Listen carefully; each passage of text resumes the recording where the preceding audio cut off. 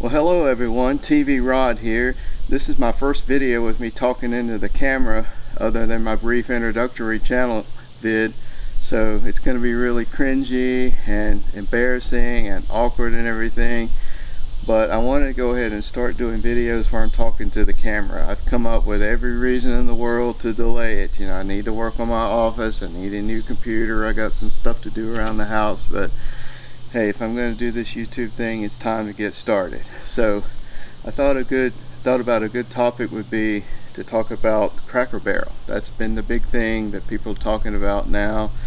They're going with this rebranding where they're going to be more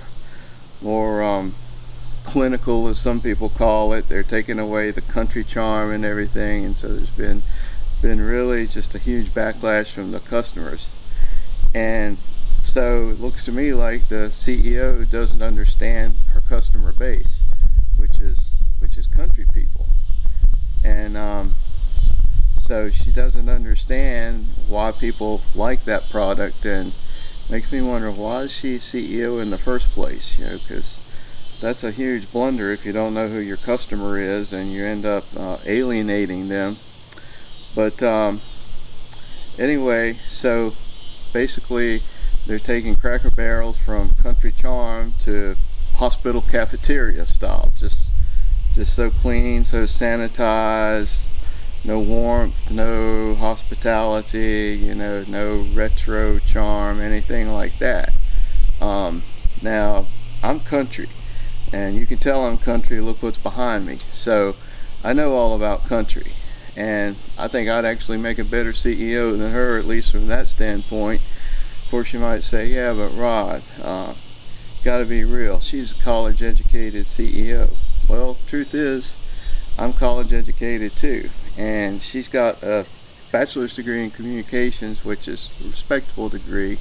I actually have 3 degrees myself. I have a bachelor's in business, a bachelor's in engineering, and a master's degree in business, an MBA. So anyway, but more important than that, I know people, I know how restaurants are as far as the customer base, and I have common sense. And as far as that goes, for most businesses, the strategy is just continuous improvement, always be getting better, always be improving. What's good enough today isn't good enough tomorrow.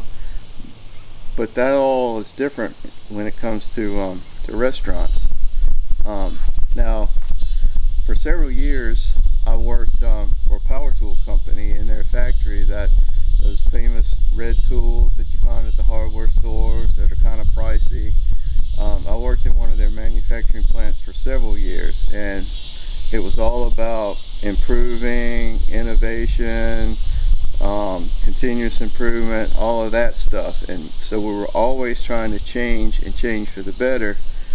But that doesn't work with restaurants. If you come in and you try to improve them, if it's already a popular restaurant that has a loyal customer base, you're going to make people mad.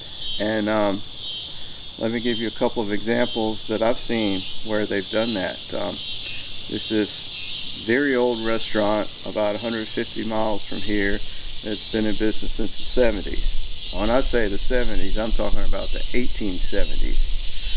Well, it was in the family for many years, and walking into that restaurant as a kid, it was like going back in time to the 20s or the 30s or something. It was just so old school, something that could not be replicated. Well, the family finally sold the restaurant to a group of investors, and they wanted to turn it into a modern upscale restaurant. Now, if you want a modern upscale restaurant, what you need to do is go to the edge of town near the interstate, throw up a cheap metal building with a fancy front and a fancy interior, and you got you a modern upscale restaurant. But the last thing you want to do is to take a historical property with all the memorabilia and all the old school architecture and everything, and just gut it like these people did. All of this wonderful antique stuff, just dumpster after dumpster of it thrown out.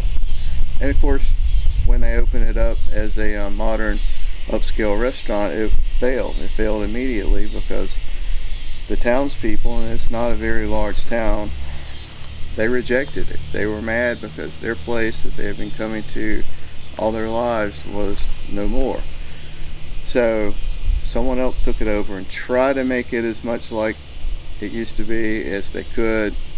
And so it's better than it has been, but it's not like it was before. And most of their most of their clientele's back, but it's just not the same. A second example would be a local catfish restaurants. We're in the South. We love our catfish. So there was this one particular restaurant I went to with my parents back in the day, and the owners got old, so they sold out and retired. And this couple from out of state took it over. And I told them the first day they had it, I said, don't change a thing. Well, they did. For one thing, they brought some out-of-state posters and decor, which nobody here cares about. Apparently they changed the food. Now, I didn't really notice the difference, but I have a very non-discriminating palate. But people said the food wasn't as good, and then the owner, just like the previous owners, he didn't take credit cards. But before it was kind of a low-key thing.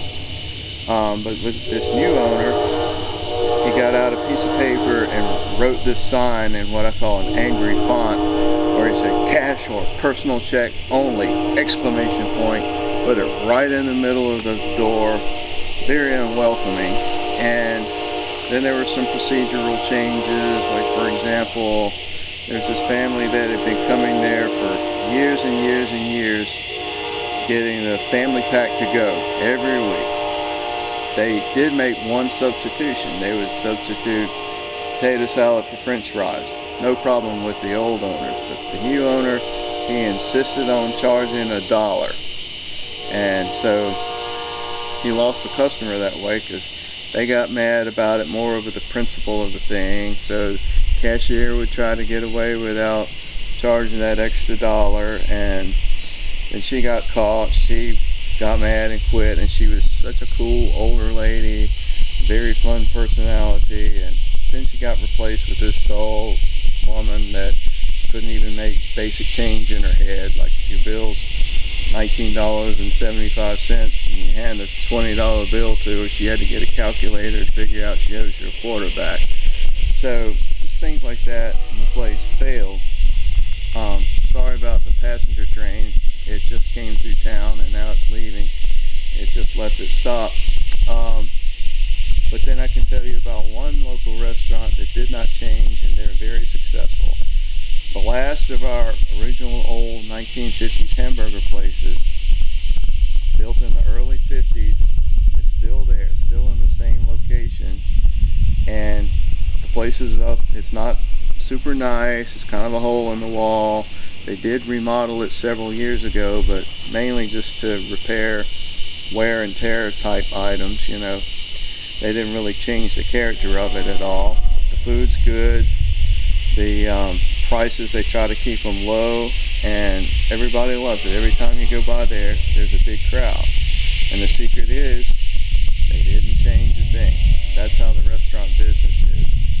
Now, so still, it just seems so crazy that a CEO would be so misinformed about her customer base that she would come in, spend several $100 million on a rebrand, according to what I read, and then cause the stock to tank and the customers to vacate the stores.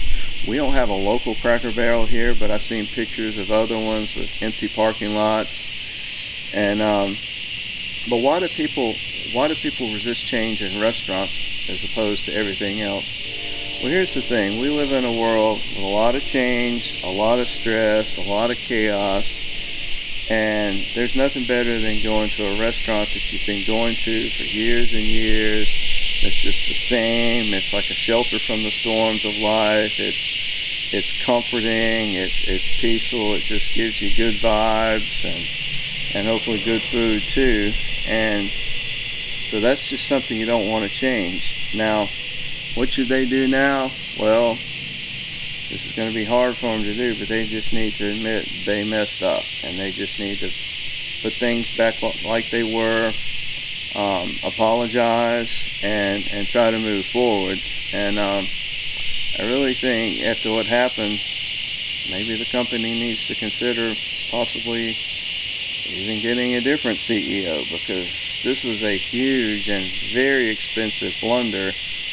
And I'm thinking somebody that's going to do something like that, well, you know, they're not being a very good CEO. It's like Bud Light all over again. So I think they need to find a more capable CEO for the role. And I have one suggestion that I think would be at least more capable than the CEO they have now. I think Sebastian here would be a more capable CEO than the one they have right now. He wouldn't change a thing, and he wouldn't have caused all this big financial loss and chaos and the mess that's got to be cleaned up. So, hey, Cracker Barrel, if you're looking for a new CEO, this one's better than what you got now. Rod out.